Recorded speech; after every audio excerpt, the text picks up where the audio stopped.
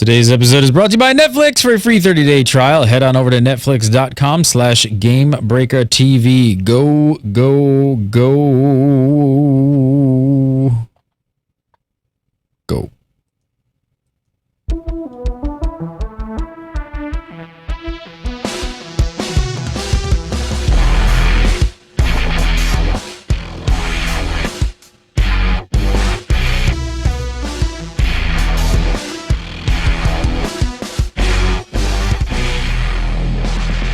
What's up, everybody? Welcome to This Week in MMO, episode 159 for August 30th, 2013. I'm Gary Gannon, and you're watching today's show. We're probably going to drop bombs on Syria, but F it, let's talk about games, because, you know, this is serious stuff. PAX kicked off in Seattle.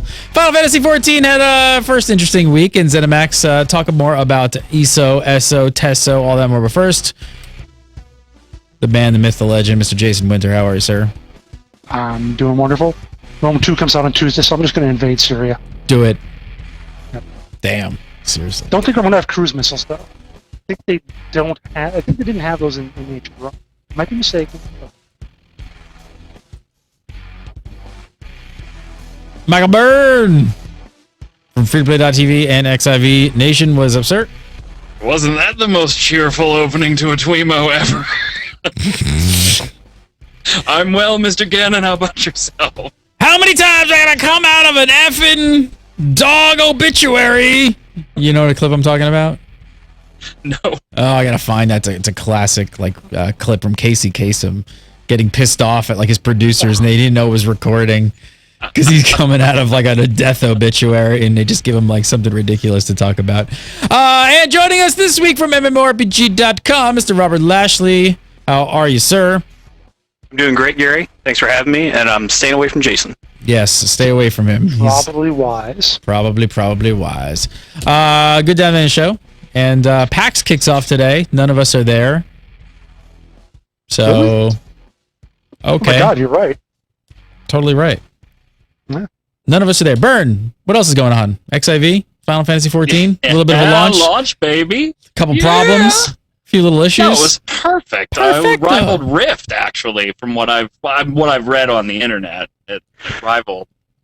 No, not so much. No, it wasn't even close. So, yeah, they've had some issues with the servers and customer service and communication, and they're getting beat up, rightfully so. Even from a Final Fantasy fanboy's heart, they deserve a little bit of the beating that they're taking right now. But there are plans underway to fix those issues and re-give out some free days. So setting all that aside, it launched. I'm loving my time in game. Check out XIV Reborn, though, for more on that. What's funny is, aside from the login issues, which I gotta say, for me personally, just right now, they're not as bad as they were a few days ago. I'm not having. I definitely get certain times of the day where I'm clicking, but I usually get in pretty quickly. Yeah. But it was funny last night. I was in there in the office with Shafton, and he was working on one of the shows, and I was playing and downloading footage, and I started I'm having a really good time in this game. When you get in the game, you actually have a lot of the story stuff is a lot of fun. He's like, wow, it's so weird to hear you talk about the game like this. He's like, I'm like, why? I'm like, it's a different game. It's totally different. One thing I have to say, what I think that they've done, which is stellar. I'm still pretty low level, but the world that they created is fantastic. The landscapes, and when you move through areas, there's always something over this hill, and you're just oh. When you first get to what's that? Is it the salt flat? Not the flat, but the salt crystal area in Limsa. Yeah. I'm just saying, you come over the hill and you just see that for the first time, and you're just ooh, I want to go there. Yep. Wait till you reach some of the other locations, too. And we've talked about the weather on this show and on XIV Reborn, but there's deserts where there's heat haze over everything that keeps going in and out. For the first 2 or 3 times, you swear something's going wrong with your graphics card because it just gets hazy for a second and then dissipates and everything's clear. And you're like, well, was that a special effect, or should I be worried about something breaking? There's really cool elements like that. I'm about midway through the story. Not even going to talk about it, just saying that I'm enjoying it a lot, and I hope it continues on that trend. You're right. 1017 sucks, but when you beat that boss, and hopefully the server replacements this weekend will kill that boss, but when you beat that 1017 boss, there's a lot of fun to be had there. Just Robert, gotta get in. And Robert, you've been being kind of tough on the crew over there, to say a little bit. But when you actually get in and start playing, what are you thinking of it? What do you think of the game overall when you're past the 1017 boss? I think it's great. It's a 180 from what they had originally. My only thing that I wish they probably could have done a little bit differently is one of the things that I really enjoyed about Rift and World of Warcraft, and that's, the world is just so open. You run from one zone into the next. You have all these connecting islands, whereas with Final Fantasy, they're all segmented off, and there's borders, which is okay. I'm not really... That's just like what I think they could have done a little better. But so far, the game's great. I'm really enjoying the fact they put fates in, and I think that's one of the things that's going to keep it fresh for a lot of people going through their second, third, fourth job, is doing these different fates that are spread out throughout the world, especially the staged fates that you do one, and then it's down for a little bit. There's one in the north or the south shroud I'm thinking of in particular that it's kind of like a fort that you have to capture, and then at a certain point you actually have to defend it against the red bellies. And then once you do that, there's an achievement that unlocks you. You can buy a special pet from a vendor in there. So there's a lot of really small things that are kind of hidden away that you don't know unless you're actually going through and playing the game and finding on your own. So I really enjoy what I've been able to play. It's just getting in, which is going to solve itself one way or the other. Sure. Either them upgrading the hardware, or people are just going to stop trying to get in. They're going to upgrade. I think they'll fix that. I'm going to be selfish for a second and ask some questions, though. So am I right in thinking that can I, at a certain point, stop kind of doing a lot of the side quests and pretty much just go on the main storyline quest and kind of be able to stay with my level and leave those side quests for other jobs? That's actually what I'm doing right now with Rested Experience. Is I'm just going through and doing the story missions and doing the class missions and supplementing it a little bit with our free company gets together and just goes and does some fates, because you can have about a 5 to 8 level range of people gathering together and playing as a group. And that's been more than enough experience to propel me, and it hasn't felt like a grind at all, which... Because I have to say, my one thing, Burns got something to say here, because I'm sure there's probably a point where I get out of the level flow prop, it's going to hit me. That's what I'm afraid of. The thing is, I got to say, I don't love all the side quests. They're just filler. It's just bullshit, like kill 10 this, bring this back. Like, I don't care about any of them. What I really like is the story stuff. I want to do the story. I kind of want to focus on that. I kind of don't really want to do a lot of the side stuff, to be quite honest. But then last night, somebody told me, like, don't take the leave quests. Like, don't take that stuff. Leave that stuff for when you want to go build up another job. Burn, am I going to get off track at some point? For you, the way you're talking about playing the game, though, is the way that a Final Fantasy fan and not an MMO fan would play the game. They want to go and experience I hate MMOs. And pick a class. Right. Unless it's Star Citizen. Oh my God, did you see my 300i? I was in Mumble while you were in the hangar, and I said, Gannon, I can hear you smiling. Oh my God, I was like a little kid. Ear walking around that hangar. I almost went and bought the next ship. Now we're just talking on something totally different. But this is brilliant. Check this out. This is a brilliant This is a brilliant marketing campaign. So I bought the 300i, which I think cost me like $50 or $55, and I got the small hangar. We're talking about Star Citizen now. If I totally lost you, because I probably lost half of you. Like, what the F are these guys talking about? But there's the big ship. I can't. Is it the Aurora? I can't remember which one it's called. So I go on. I'm like, I want the big ship. I want the hangar. It's $225 to get that ship and just to get the hangar. I'm like, I can't even do anything with it, but I still want it. Damn you! It's so brilliant. Sorry. Go ahead. So for you, as that type of player, going to pick a class. Back to Final Fantasy XIV, A Realm Reborn, by the way. You're going to pick a class and try to play through the storyline. You're going to have to do some side questing, but it's going to get a touch grindy for you. For everybody else that is going to play it as an MMO like myself and level every class, there are things that we're socking away because we want to save them to help speed up that second and third and fourth class, because we know it's going to get very grindy.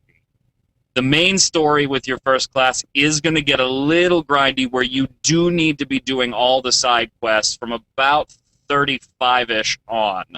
Right now I'm 35 or 36, and I keep finding myself being like 20k experience, just a couple quests worth of experience shy when another story quest pops up. So you're going to have to do the side stuff, but it's not going to be too bad for you. Those multiple classes is where the big grind comes in, and that's why you hear people like me saying, save your leave quest, save your guild tests, save the ancillary quests in whatever 2 cities you didn't start in, leave them all there, and come and get them on your other classes. So if you leave all that stuff for your, let's just say your secondary, your second class you choose, and then you burn through all of that, your third, are you literally just grinding mobs? Like that's all you can do at that point?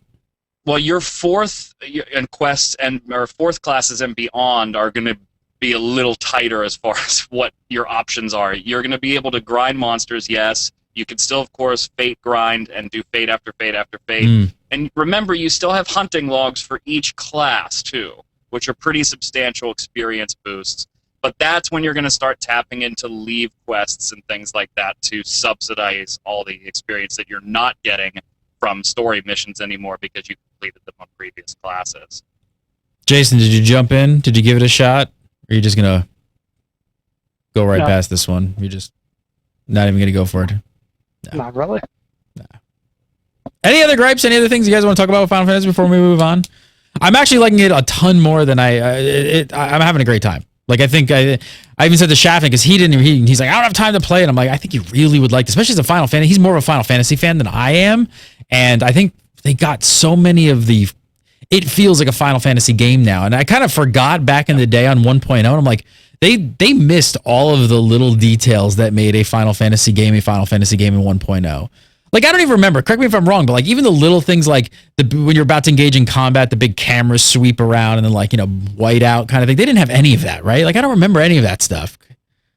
Well, that's because you were too busy looking at UIs and menus to get into combat in 1.0. It's like the little things, though. Yeah, you're definitely right. I mean, the little music nuances, the little lens flare things when the camera goes sweeping by a sun. There's definitely those little Final Fantasy touches that are in this game.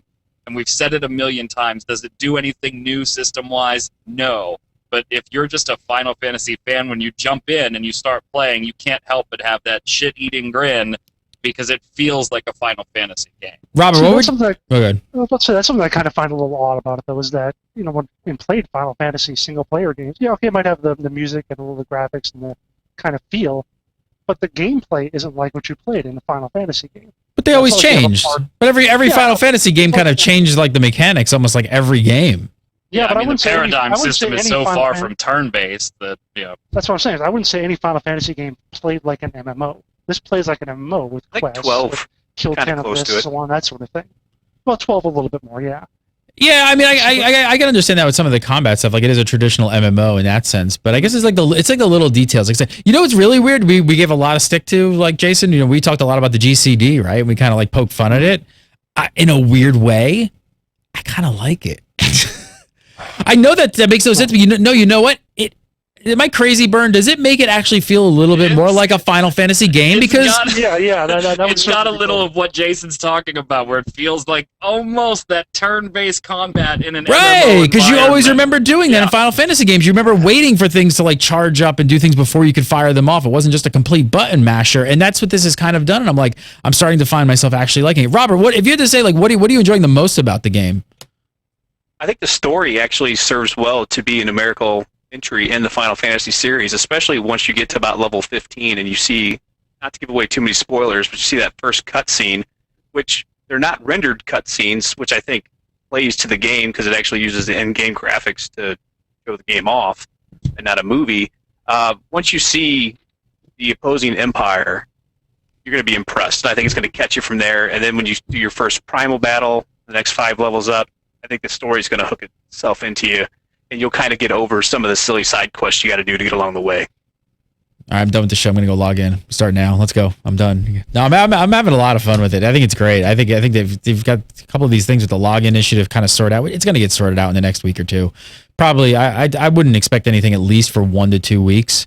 I didn't even know this, but I think we all have this perception of, like, especially when you need more servers and things like this. We talked about this on the Game Biz with Monty, who has done a lot of data center work, and it's more of a techie geek behind the scenes kind of show. But he even kind of went into explain that, like, it's not as simple as like when an MMO like gets caught off guard and maybe needs more servers. They don't just like pick up the phone like we do, or like, you know, spin up a couple cloud servers, like, you know, and Rackspace is instantly just like it's running. It's not that easy. Like these boxes actually aren't even just sitting there on site waiting for you to like pick them up. Like they have to be built, and there is about at least a week to 2 weeks lead time for these companies to actually, even if they do order them, which could cost them hundreds of thousands of dollars. So that's got to be taken into consideration. Like, hey, if not $1 million or more, like, do we need this? Do we have to do this? Then when they decide that and they make the call and they kind of put that in, they actually have to be built. And that could take like 2 weeks just to kind of put all that stuff in. So that's why we're not seeing this stuff happen just like, you know, snap of a finger. Like I think a lot of gamers think that they just kind of like, you know, go to a website and click upgrade my account. And then all of a sudden we're all happy.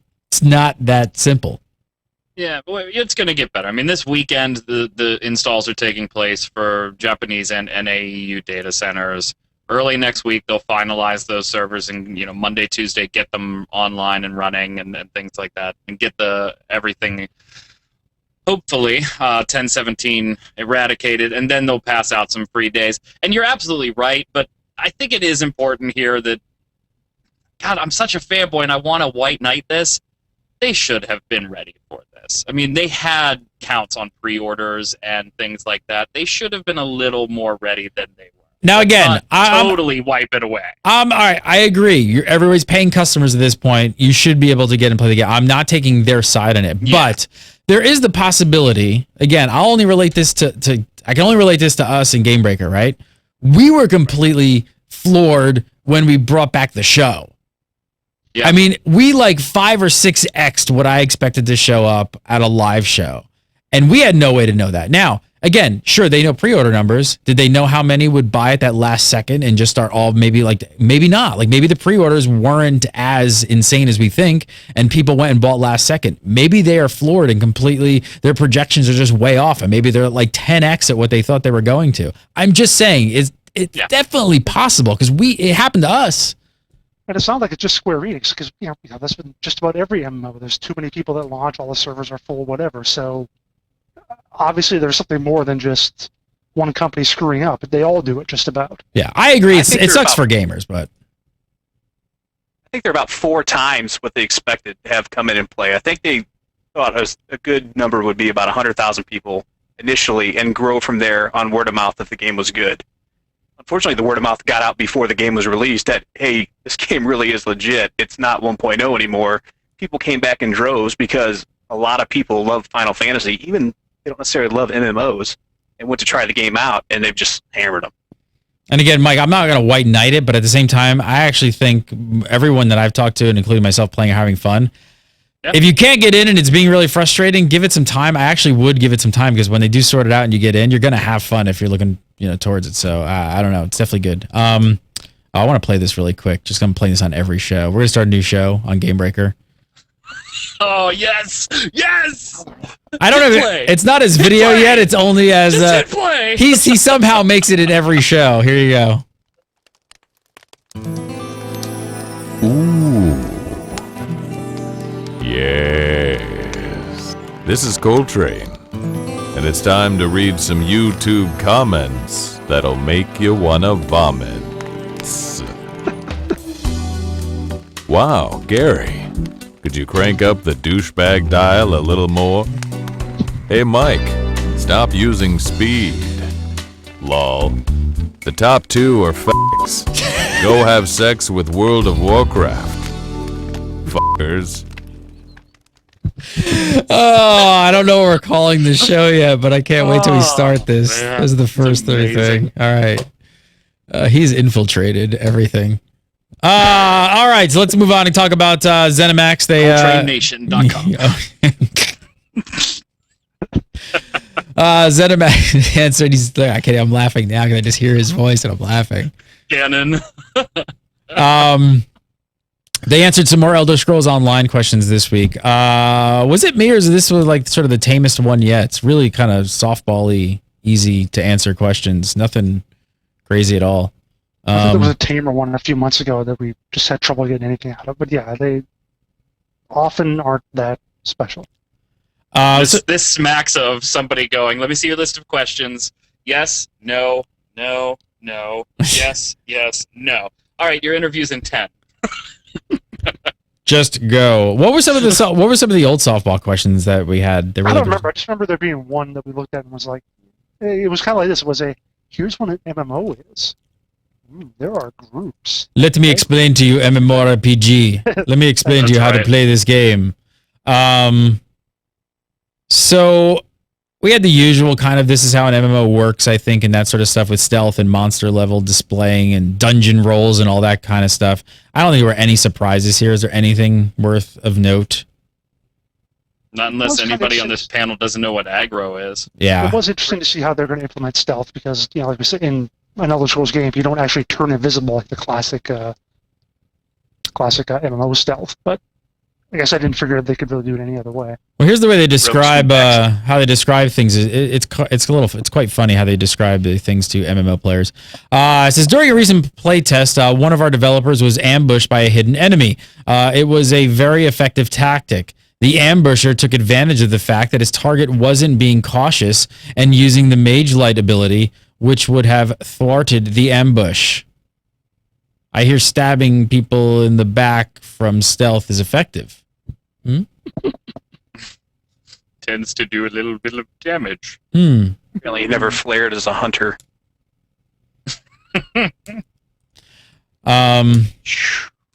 Little odd. So monster levels are displayed alongside their name, like every other MMO ever in the history, pretty much of every MMO, but not so much like Skyrim, I guess. Any complaints there? It's gonna be a little bit different. Nah, pretty much normal.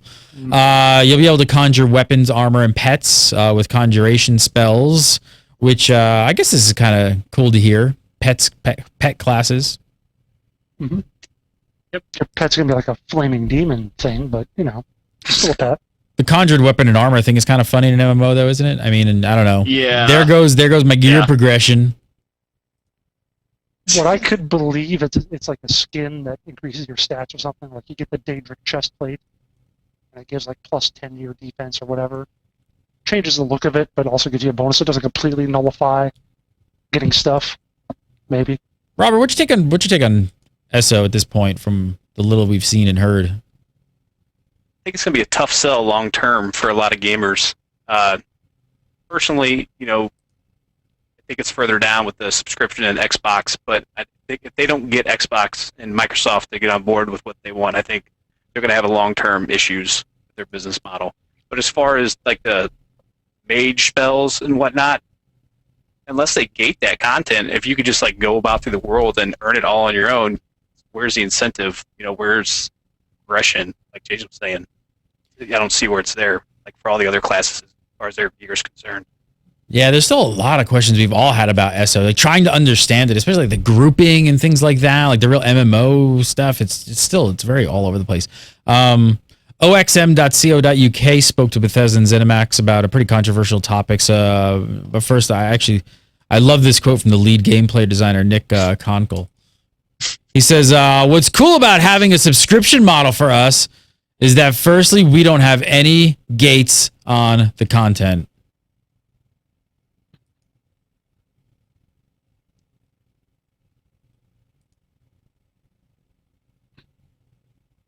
No gates on the content. Aside from a $15 a month. I don't know. That's it. I knew there was something I was forgetting. And a cash shop. And possibly a cash shop. There's no gates. It's just Xbox. a big locked wooden oak door that has a $15 slot on it. If you can, then that opens. But it's not a gate. It's not a gate. It's a wooden door. It's totally different. What a great quote. Oh. All right, moving on. This is the issue. To play Elder Scrolls Online on the Xbox One, you will need an Xbox Gold subscription. I think this is what you were sort of referring to here, Robert. Do you think this is going to like totally hamper? People are getting so used to playing free-to-play now as it is and trying to defend a subscription model basically gets you browbeat by everybody in the forums. Can you imagine trying to defend a $30 a month subscription model? Unless they're putting out like an entirely new game every few months, it's really hard to justify that kind of costs. $30 a month if you want to play some ESO. So Bethesda's Peter Hines has been talking to Microsoft, and here's the current state of things. Apparently, he says the answer right now is that's the way it works, but it's something that we're aware of, and we keep pushing on to see if there's something that can be done. We'll let you know if there's movement here. I know we know Wargaming have pretty been up in arms as well about how World of Tanks is being, Victor's kind of come out, I'm paraphrasing, but said, we're going to teach Microsoft how the free-to-play works. There's some great quotes in that interview. Exactly what he said, yeah. Which is like, we're going to teach them. I mean, we're going to inform them. It's just brilliant quotes, man. Well, this is a big deal for ESO. I mean, $30 a month if you want to play this. You need a gold subscription. I mean, I don't know. Do you guys, Jason, I'll ask you first. Do you think Microsoft's going to budge? I think someone brought it up. I don't know where I saw it, but it's like, if they're going to budge on this, they have to budge. Don't they have to budge on everybody?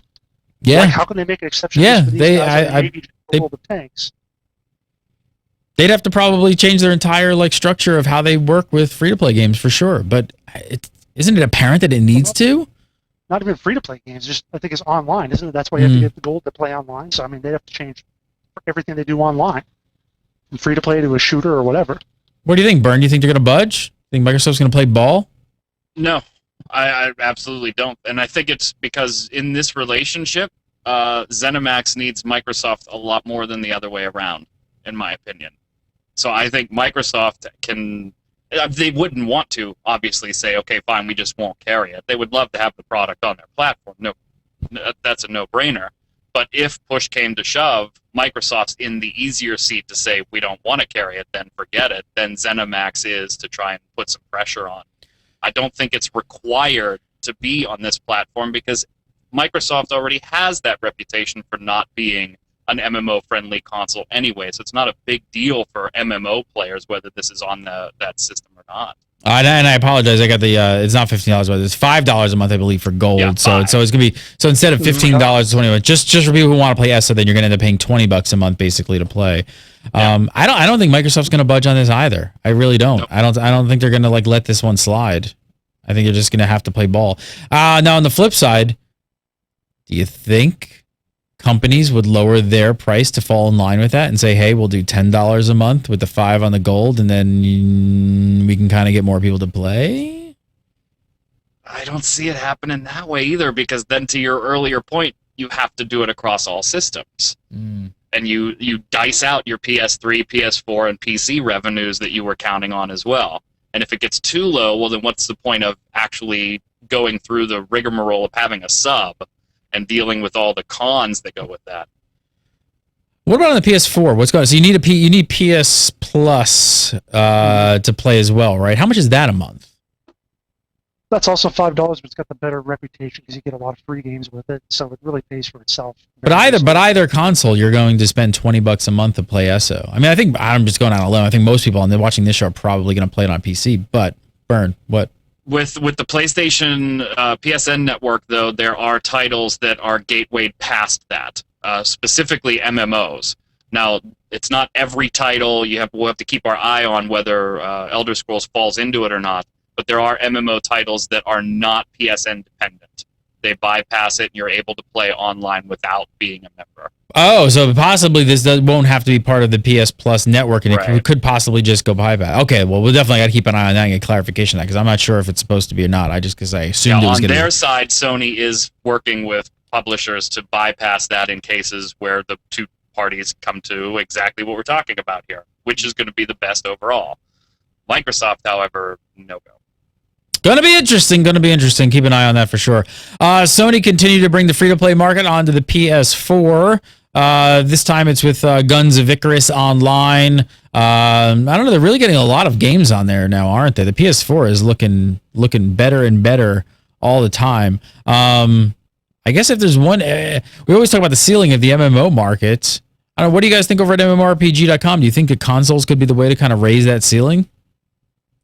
Absolutely, and especially for Sony, why not? I mean, you've got SOE developing all these games. You can essentially have them as exclusives. There's no reason you can't port your entire stable of MMOs that you already have onto the PS4 And you also don't have to worry about dealing with Microsoft, so you can share the same servers on the PC and the PS4. The only restriction would be if because Microsoft, if they were trying to do something like that, they would not want to be on the same servers that Sony's on. So Sony can cut them right out. So you'll have potentially, you already have PS2. You could have EverQuest Next and Landmark, which we're going to have them. They could go back and put Q on there, Q2, DP, whatever they wanted to. So I don't see why they wouldn't. There's all the advantageous reasons that they should. The big issue has always been those communication and controls, right? The big cultural difference. No keyboard, no mouse. That's the big sort of shift that they kind of got to get over. And it's like the only MMOs that we've seen that even remotely seem to do somewhat well feel like they were really built with a controller in mind. And I don't know if these games are doing that or not. I want to say some of their games have in-game chat already built in, so you have that voice over IP program already built into the game. So if you're a console player, just grab a headset and you should be able to work right in. Because in-game voice over IP is so great. Better than nothing. It doesn't work in anything. Be interesting. I don't know. I guess the next one we have to really look at to watch and pay attention to is Final Fantasy XIV and see how well it does on PS. We don't have any numbers about PS3 numbers yet, right? Nothing. They're just releasing those concurrent numbers. Be interesting to see how many people are playing on PS3 versus PC, and then obviously with PS4, which it looks gorgeous, by the way. I don't know if you guys have seen it on PS4, but it looks great. PS3, Are you playing it on PS3, Bern? Yep. How is it? You liking that controller? It's a little bit of a graphics drop, but that's expected. And with the controller's fine. I don't think you're obviously porting EQ and EQ2, and you guys discussed it on Legendary yesterday, and I think Coltrane confirmed WoW's coming to consoles, right? That was they're getting rid of abilities because they're bringing WoW to consoles. Anyway, and it's going free to play. That's the other thing. Yes, you have that problem with the massive amounts of abilities, but if you cater something like Final Fantasy XIV or Guild Wars 2, look at the HUDs that those types of games are using. You have significantly fewer abilities. So I would see EQ Next taking that type of step where it's a very small HUD or ability window of hotbar actions. Then it's a lot more adaptable to a controller. All right, next up this week, Funcom has revealed Lego Minifigures online, set to release in 2014. It'll fill the gap left by Lego Universe, which was shut down in 2012. Hopefully this will last a little bit longer than a year and a half then. Hopefully. Anyone looking forward to this one? Lego Minifigures? I didn't play the first one. If it is different from the first one, because the first one and stupid Jason and his hating Kill 10 Rats Quest games, whatever, Final Fantasy, but that's all Lego Universe was. It was a Kill 10 Rats kind of thing. They talk about imagination. Use your imagination. Not go out and kill 10 rats or kill 10 blocky things. And it wasn't what I thought a Lego MMO would be. Shouldn't it be a world building game? Like, shouldn't it have some sort of world building component? I mean, it's freaking Legos. They did have a housing thing, but I mean, at the very least, something like the console games, where you kind of go through a level, smash stuff up. You don't go there to kill rats. You go there to beat bosses or whatever. So, if it's more like that and less like an MMO, then I think it could do all right. You guys are so jaded. This is Lego, man. It's Lego. Yeah, it's gonna be great. The last one, right? It's gonna be fantastic. No, Lego Universe sucked. Especially if you were an adult.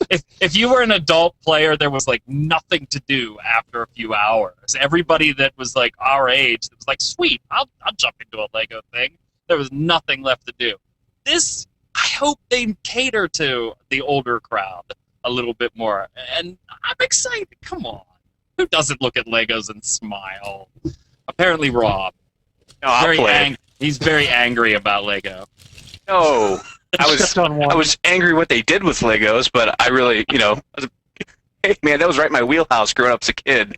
I love Legos, and now that I got kids now, my son plays, I can't name a Lego game for the consoles that's come out that he hasn't, Gary playing with her, he hasn't played with. So, and those are great games, and they've all done well. So if they could do somewhere between that and make it more on a massively multiplayer scale, that'd be great. It's going to be fun. It's going to be a blast. All right. I'm calling it now, Gary. I'm switching topics and moving something a little more manly. Get your Wargaming Unified Premium account for World of Tanks, World of Warplanes.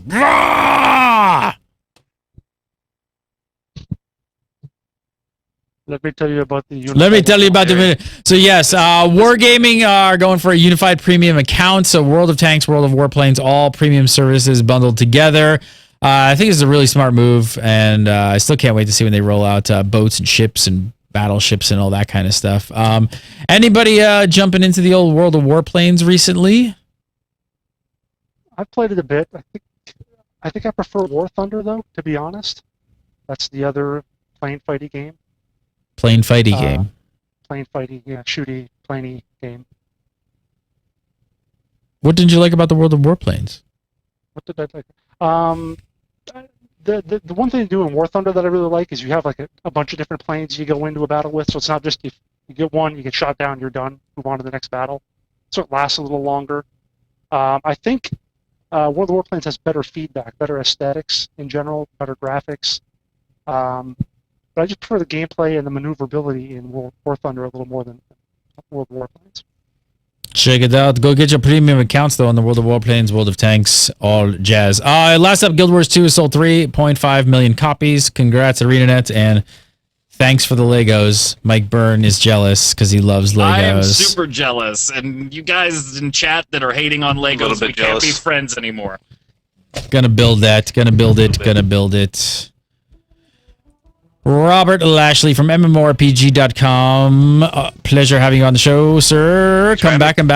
Follow him on the Twitter at Grakulen, Grakulen, and go over to MMORPG.com. And of course, look out for the live stream that this fella and this guy right here tend to do on the XIV. Mr. Michael Byrne from XIV Nation, freetoplay.tv, all over the Game Breaker Network, TWIMMO, all this stuff. You're everywhere. All the stuffs. Follow him on Twitter at MagicMan, MIGICKMAN1. Don't forget the one. And Jason Winter, follow him at Winter Informal on the Twitters, Winter Informal, and right here on the TWIMMO. You can follow me at Gary Gannon, follow Gamebreaker TV, Gamebreaker TV. We are giving away Hearthstone beta keys. Not much time left. Depending on when you watch this, it might be over. I can't guarantee it. It's ending at Friday at midnight. We may or may not have more next week. I do not know, but hurry and get on over to HearthNation.com. It's a brand new Hearthstone website that we just launched on the Game Breaker Network, and we have a contest going to give away beta keys for the Hearthstone. We do the show live every Friday at 3 PST. And if you guys want a little bit of an insight, we also now do a new show called the GBN Cast, Game Breaker Nation Cast. We do it live following right after this at 4 PST on Fridays, where we talk a little bit about what's going on with the Game Breaker Nation and all the Game Breaker sites and all that good stuff. Just kind of a little fun get-together, round table, fireside chat. So have a great week. Thank you guys so much for watching, and we'll see you next week for some more This Week in MMO.